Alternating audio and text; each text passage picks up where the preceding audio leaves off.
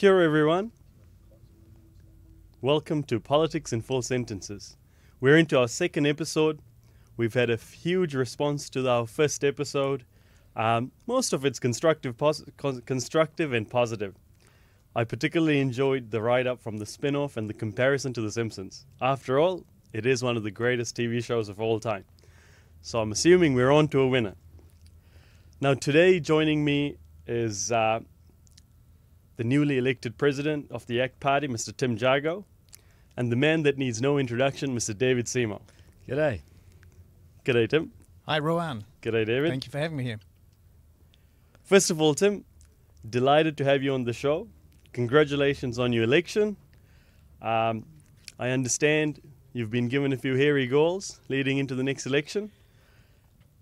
Yeah, well, thanks for the warm welcome from everyone. I guess on Sunday, I was a little bit surprised by the warmth of the welcome. I've got to say, you know, being a new boy on the block, but the hairy goals set by Richard Prebble, 14 new MPs, probably closely aligned with my own thinking, to be perfectly honest. I said to David and to a number of others in the lead up to the AGM, and as I was sort of campaigning, if I can use that word, to become the new president, that I certainly believe, we've got to be aiming for 6 or more MPs in the next parliament.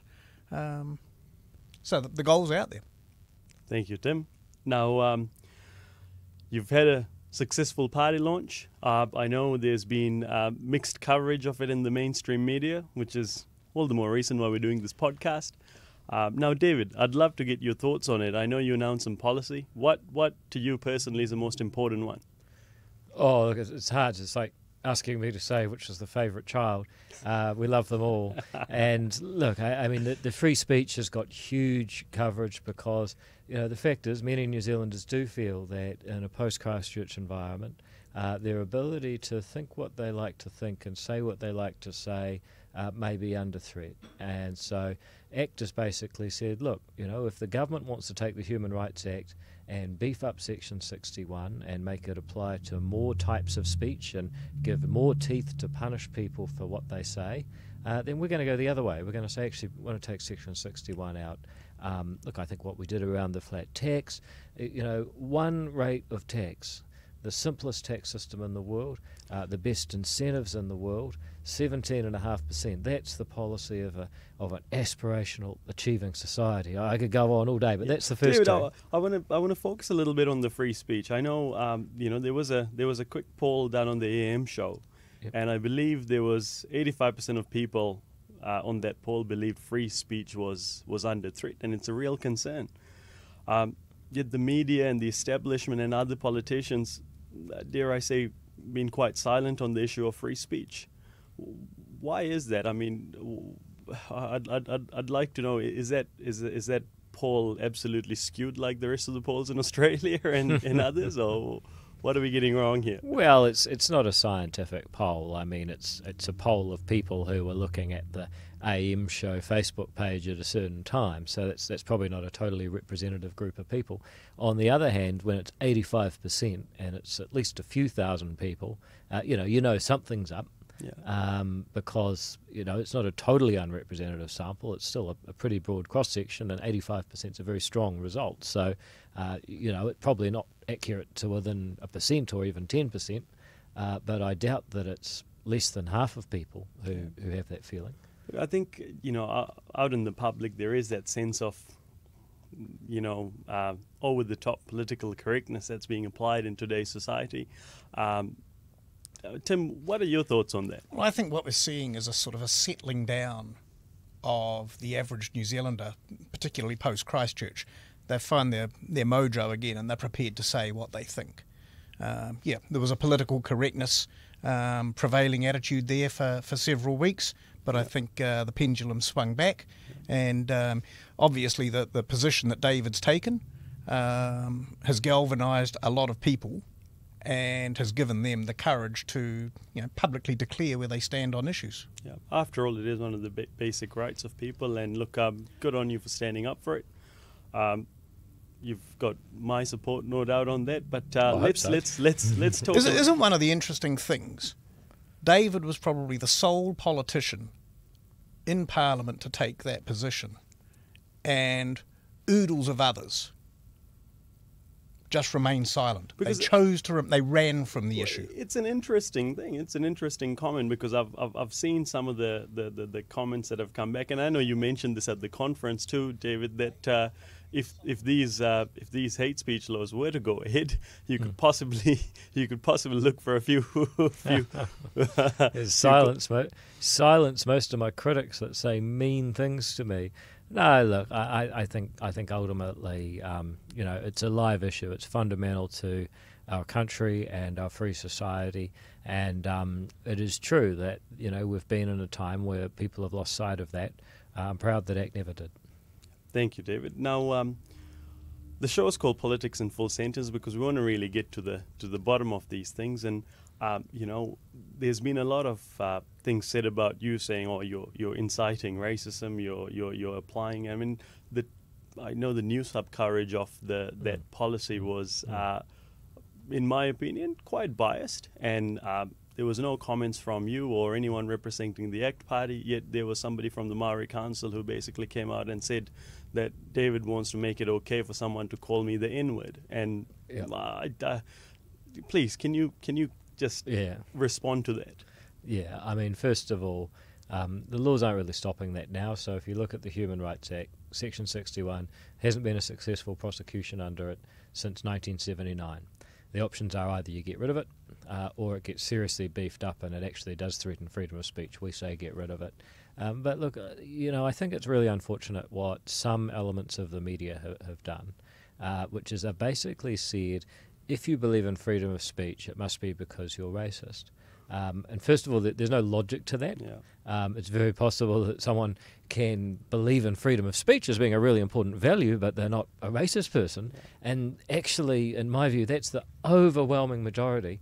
And then they say, oh, you're trying to get the white supremacist vote. I mean, seriously, there's like 24 of those really, truly crazy people out there, and everyone just laughs at them. Look, why would I be trying to get their vote? David, look, I agree with you on that. And I look at it personally from where I've grown up. When I was at school and at university, I've always done part-time work. And in fact, I used to CM research, go door knocking, West Auckland, Universal Drive, went up, opened the gate, and the exact words were, F off, yeah, curry muncher. And I just...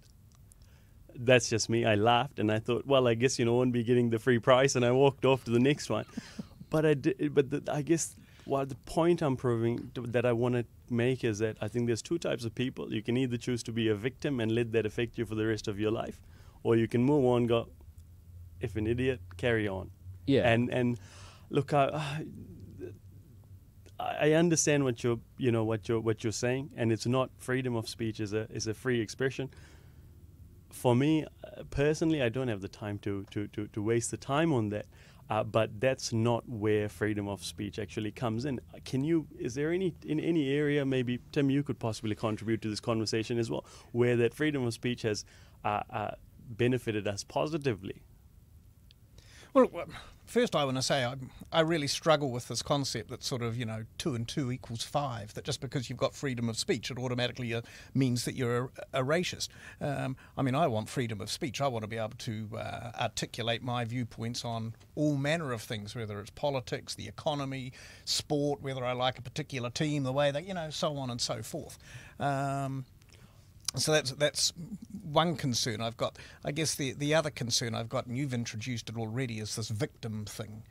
These are people that want to be victims. They're searching for that victimhood sort of status. So they're putting the spotlight on themselves. And I just refuse to buy into that. And I think we as a party refuse to buy into that. Yeah. And what we're seeing is more and more people galvanising behind ACT because there are people like-minded refusing to buy into it. Absolutely. And one theme that I got from speaking to some of the other people that are involved with ACT, that are the silent supporters of ACT, they come from a diverse range of backgrounds, actually. And I think, dare I say it, I think ACT has always taken a stance on not playing identity politics and actually believing in the values. Freedom of speech is one thing. Unfortunately, with that, if somebody has an ulterior motive, they'll probably push towards that. Now, look, thank you for let's. I think we've covered off some of the questions. I don't know if there are any questions coming through on the Facebook Live, but if any of the viewers out there have any questions, please feel free to post. I know David's got that running on his phone. I'm sure we can rattle off and answer a few questions. Yeah. Now, big issue, the money issue, tax. Yep. Now, flat tax, David, how are you going to do it? Well, we've got to get some votes, get into a position where no one can form a government without us, and say to the government, look, you can either be in government and introduce the best tax policy in the world that is the fairest, because everyone pays the same rate, that has the best culture behind it, because everyone pays the same rate and you don't get punished for working, saving, investing, upskilling yourself, investing in a trade or a degree. You're not going to be punished for that. So it's got the best values behind it. And administratively, it's the simplest. And you only have to look at this scandal this week where hundreds of thousands of people have overpaid their tax. Well, that's a direct result of people paying 4 different tax rates. The IRD never gets it right, you pay too much. Then, as it turns out, they won't give it back. The IRD will always take your money if you don't pay enough, but if you pay too much, they won't give anything back. So, look, you've got complexity there. Yeah. You've got bad incentives where right now, the top tax rate is 3 times as much as the bottom tax rate. It tells you if you move up the income scale, you're a bad person and we'll take more off you. And finally, it's fairness. I don't think it's right that 95% of New Zealanders gang up on 5% of New Zealanders and make that minority pay 1/3 of all income tax. I mean, that's almost 7 times the proportion of the population is the tax they pay. Talking of those taxing on capital, funnily enough, my neighbour, Rachel Bland, financial advisor, she actually submitted a petition to government. Effectively, I signed it myself, not one because she's a neighbour, it actually made sense. She filed a petition basically for the very same reason. People were going on the highest tax rate by default, and now we hear that if you've overpaid, you can't get it back. How's that fair? Well, it's not, and all the parties will talk about how they're going to solve it, but the simplest solution is to have one tax rate. Absolutely. So we've got an overcomplicated tax system. So isn't it? It's a discussion whose time has come. I was mentioning to David earlier on that, I guess 25 years ago when Roger Douglas was first advocating a flat tax rate, people couldn't comprehend it because we had 4 or 5 different personal income tax rates and business tax rates, and they just couldn't see how you could consolidate that down to an across-the-board single tax rate. But as the tax system has probably sorted itself out a little bit over the last 25 years, people have come to understand it is a possibility. And David mentioned quite clearly earlier on, when we're part of the next government, with several MPs sitting there. Where are the savings going to come from?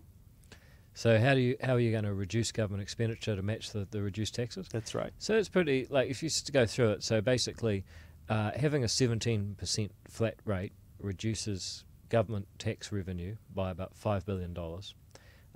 Having a 17.5% company tax rate, because remember, making the company tax rate and the income tax rate the same, it'll make New Zealand a magnet for investment.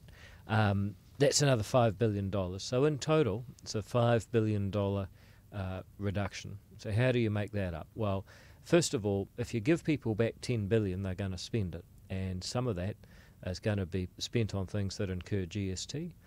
So GST is 15%, 15% of $1 billion is 1.5 billion. So we say, all right, well, there's $1 billion. So you've actually done the numbers on this? Yeah, of course. And then you got a $5 billion surplus at the moment. So that gets you up to $6 billion. Then you've got to save another $4 billion.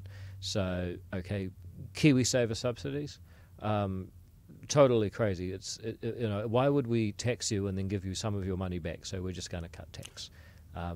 David, I want to play devil's advocate here.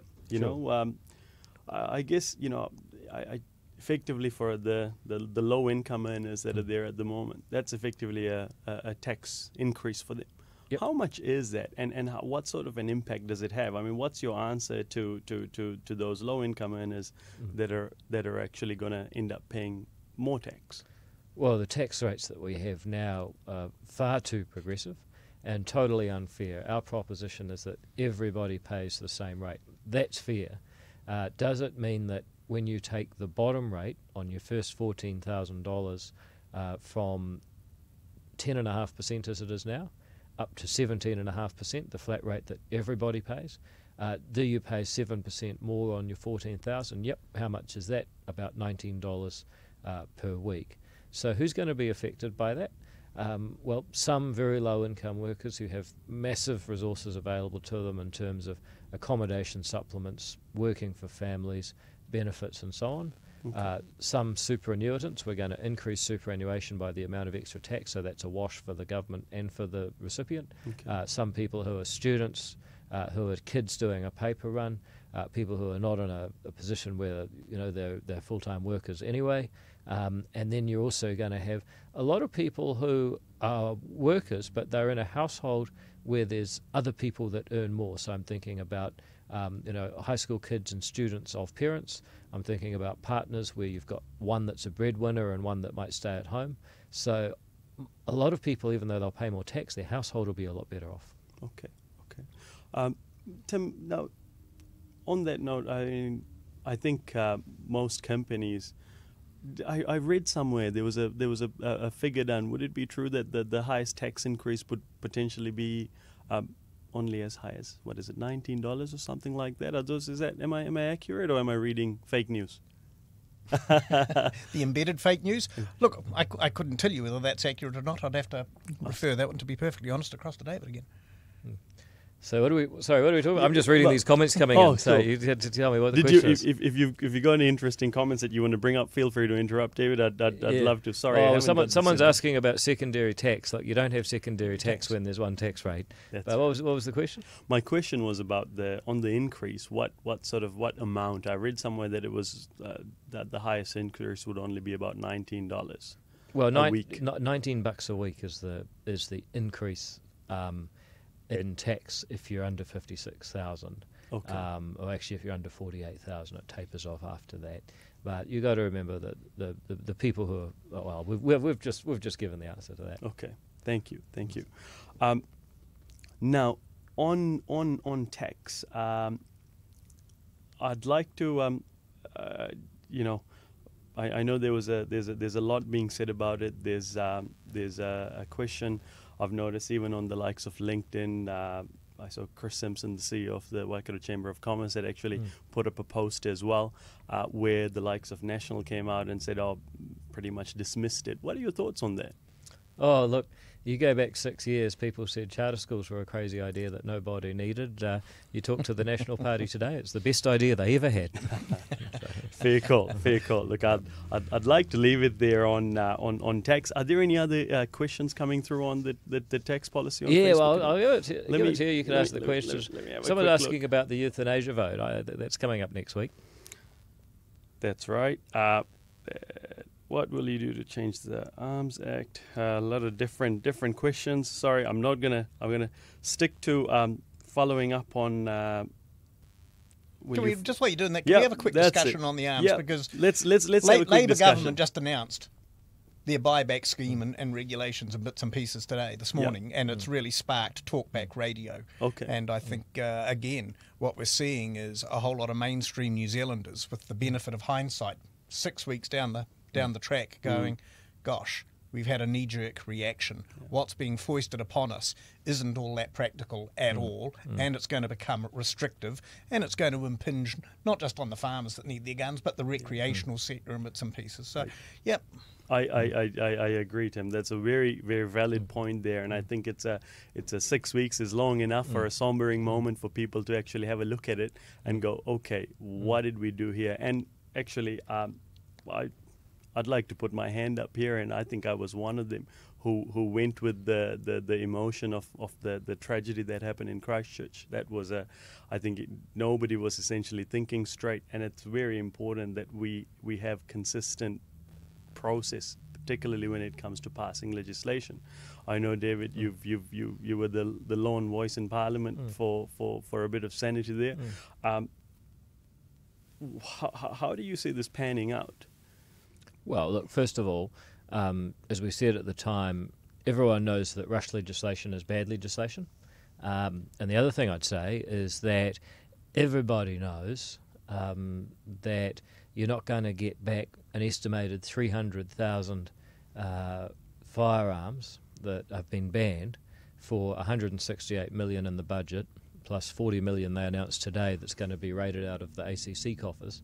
So that's about $600-700 per firearm.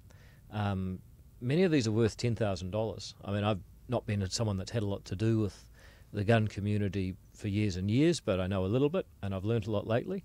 And some of these people have a titanium suppressor, say, that is a fortune. $1,000 just for that. Wow. So here's the issue. You've got what I call political theatre. So you can have these huge spectacles of what Stuart Nash is calling large community events. All these people lining up and putting their guns, and there'll be photo images of big piles of guns. And, this is how Jacinda Ardern runs a government. It's a series of PR events. And a lot of people are going to say, oh, look, we're doing something, that's great. What they won't see is a couple of hundred firearms out there, a couple of 100,000, that weren't collected, couldn't have been collected within the money budgeted, and no longer have a regulatory home to go to. So then you actually increase the number of black market weapons. We're going to be a more dangerous place because the government has put political theatre and bad lawmaking ahead of public safety. I think it's a disgrace. I'm glad that, I think ACT is being vindicated as things play out further, and will be more so when you see how few weapons actually get handed in.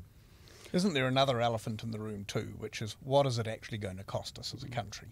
Because we've got two quite extreme values being put out there. The government's saying somewhere around $250 million, and the arms advocates saying it's closer to $750 million. Wow. That's a big gap to close. Look, and ultimately, look, we do have a process in place. No one can just go to the shop like going supermarket shopping and buying a gun and off you go. So I assume, I'm not a gun owner myself, so I don't know the process of it, and I'm assuming it'd be a rigorous process. If these are all law-abiding citizens of good character, why are they being punished? It doesn't seem very fair, does it? No, and I think that's one of the issues, is people feel that resentment. And, we actually need the firearm community to be, part of the community that is united and wants to help make the world a safer place. Absolutely. I think by alienating and annoying a lot of people in the firearms community, we've actually lost one of the best allies for keeping us safe with regard to firearms, and that is a real shame. Somebody's made the comment 1 billion buyback. Yeah, I mean, there's lots of numbers being thrown around. I don't know what it will be, but I'm pretty sure it'll be a lot more than what's been estimated.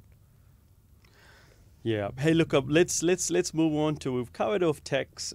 We had a spot discussion about the gun laws. I believe you guys are working on a gun policy as well. Is that correct? Well, we actually released it this morning. Okay. And what we've said, in essence, is that instead of banning a whole lot of weapons, we want to bring them into an upgraded E category and better define weapons that do have high capacity and can fire rapidly, bring them under the highly regulated E category, so that somebody like the guy in Christchurch, who is, managed to get quite a dangerous weapon with really anemic rules and regulations around it. We want to actually make people safer, but also respect property rights. And the way to do that is to say, okay, you can have these weapons, but you have to be in the E category license. So we want to do that. There's a few other rats and mice. I mean, for instance, one of the crazy things, they've banned tubular magazines. So there's a whole lot of people out there that have often quite valuable vintage weapons from the turn of last century. Collectible, really. Yeah, and the way they work is you've got to put one bullet in at a time. Yeah. So they're not dangerous. I mean, you can't use them for violence, because once you have to, that takes so long to reload them. Yeah. This is not what people were trying to target. And to be fair, I don't think any of the gun owners but they've been inadvertently banned, and it's going to cost tens, hundreds of thousands, in fact certainly millions, to try and get them back. Annoy a whole lot of people and achieve no public good. So rushed legislation leading to bad bad legislation. I don't want to say I told you so, but Okay, now let's move on to something that's close to my heart personally, and in fact, one of the reasons I've started following you and the ACT Party, education. Now that's quite a big announcement. That hasn't had as as near as much coverage as the flat tax, but I think this is a game changer. Well, on education policy. We're proposing to take $15 billion of education funding and put parents and their kids in control of it. We're going to take that money, we're going to divide it by the number of kids, and we're going to put it into a student education account where it's going to be controlled by the people that use it. And if you want to keep going to your state school, that's fine. If you want to stay in the same zone, your state school can keep its zone. But on the other hand, if you want to take your share of education funding to a private school, you can do that. If someone wants to start up a new school and compete for your business, they can do that. And the opportunity we have to engage some of the most disadvantaged kids in particular. Remember, one of the really important things about freedom is that people who are the most disadvantaged have the most to gain from new opportunities. So freedom and equality actually go together in that sense. Absolutely. Look, so we're going to create, anyway, I've said enough. Sorry, David, to interrupt you, but for me, I'm a firm believer that monopolies never lead to better outcomes, and education is one of them. And look, wouldn't it be amazing for somebody from a very poor socioeconomic background to be able to go to a private school, get the same opportunities as anyone else, excel in their sports, excel in their education, and actually achieve to their full potential? Yeah, I mean, we're going from a two-tier system to a one-tier system. I know you made a comment earlier about the switching the pyramid upside down. If you could just touch on that. Yeah, so look, at the moment, basically, we spend not a lot on early childhood education. Then we spend a whole lot more on primary, a lot more on secondary. Then we just hose it at you for 3 years, $20,000 a year while you're at tertiary. And I think we've got that pyramid is inverted. Actually, we should be investing more at the time it makes a difference. Do you know 3-year-olds have 85% physically developed brains? Now, you might ask why 3-year-olds don't take more responsibility around the house, but also you might ask why we don't invest more in them at that age. So, we're giving $12,000 a year from when you're 2 to when you're 17. And that means that we're investing the same amount there. When you get to the end, we're giving $30,000 plus up to an extra $50,000 in scholarships to top academic achievers. So, we're still giving a lot of money for tertiary education, but we're also doing it in a way that you can be lifelong learners.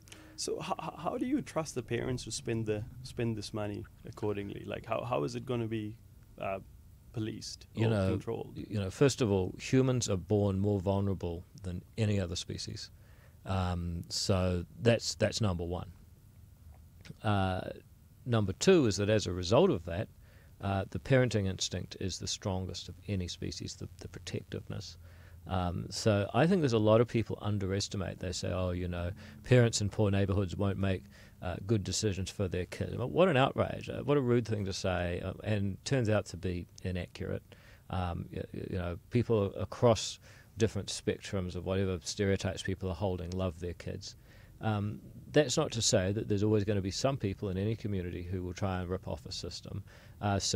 You've got to have a scaled-down Ministry of Education focused on auditing the schools, making sure they've got financial probity, checking in that they've got attendance, the kids are actually going to the school, and also not necessarily... So the money actually gets funded directly to the school? Well, yeah, I mean, basically you're giving them... You're giving them, you got money in your account, and you can only transfer it to registered education providers that are audited and so on, that have good attendance records, and you've got to publish their academic performance. Now, doesn't mean you close them down for bad academic performance, but you might find that the parents will do that for them anyway. Okay. Tim, on education,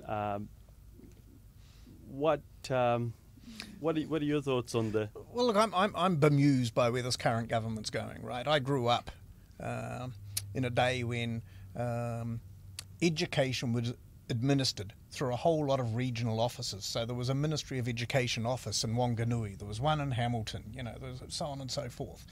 And we seem to have done the right thing in the 80s and got that rationalised, got rid of the unneeded overhead, a national ministry, but putting the challenge and the responsibility of creating great schools back into the communities, and it seems to have worked really, really well for 20 years. David's come along with the next evolutionary step of that, which is charter schools, and that's really sort of, it's had an impact where it's needed to happen, because let's admit it, we're always going to have pockets of our society where things aren't perfect. But again, I fail to reconcile personally why it is that we need to go back 30 years in history. Thank you, Tim. Thank you. Look, I agree. Thank you for sharing your thoughts. I think we're mindful of time, and I think I'd like to do a bit of a roundup on the mainstream media. There's been quite a bit of coverage of the ACT Party and you, David, personally. I know one of my friends used the term, we don't have news anymore, we have infotainment. And listening to some of the interviews that you've been on and some of the coverage, it's certainly reflective of that. Now, a couple of the Heather Duplessis on Newstalk ZB. She ripped you apart. Oh, really? Did she? Wow. She wasn't very favourable of you. I mean, it's quite surprising given leading up to last year's election. She seemed quite favourable towards ACT, but I know I heard you on the radio. Didn't give you a chance to speak. Now, what's your response? What would you have done differently? Well, I mean, there's nothing you can do differently. I mean, look, she lasted a year before she got sacked from Story, and I suspect that News Talk listeners will come to the same conclusion about her kind of shouty teenager routine on the radio. It's a far cry from Leighton Smith, that's for sure. Well, I think people that used to listen to Larry Williams will probably miss her, but they'll probably miss him. Not sure they'll miss her, so who knows? But look, I think, for me personally, I took offence to the fact that when you started talking about education boring. Well, I'm not sure if she has kids or not, but for a lot of young parents out there, it's a really important thing. Sure. For me personally, it's massive. And at the moment, everybody seems to be on the same song sheet, and nobody's coming up with any innovative, disruptive ideas. And in an age of disruption, possibly it was sad that she was disparaging towards David. She was, using what I would have termed, really, really unhelpful language in that whole interview, and she obviously didn't want an objectively based interview there. Park her. She was one voice over 3 or 4 days. Lots and lots of other media picked up on it and gave it the objective sort of discussion that it required. And as I was saying to David earlier on, we'll build on that because communities are already building on that. Look, there was one other one that I only read the headline. I didn't get to read it because now New Zealand Herald's on a paywall as well, which is, I guess the subscriptions are down. One thing it said is David Seymour doing, what is it, harikari on what's the right term? I'm not even sure if I'm saying this right, but it's almost like these people are frightened, these individuals, isn't it? I mean, go back to Heather very briefly. Her favourite word in that interview was "you're irrelevant" and "act's a waste of time." And yet what we know through, recent polls, what we know through feedback, what we know through editorials across the country by some very respected journalists is that they see ACT as actually being incredibly relevant at the moment. Yeah, Tim, and I'd love for you to, I know I've heard a lot of stories about it. What's the membership growth been like?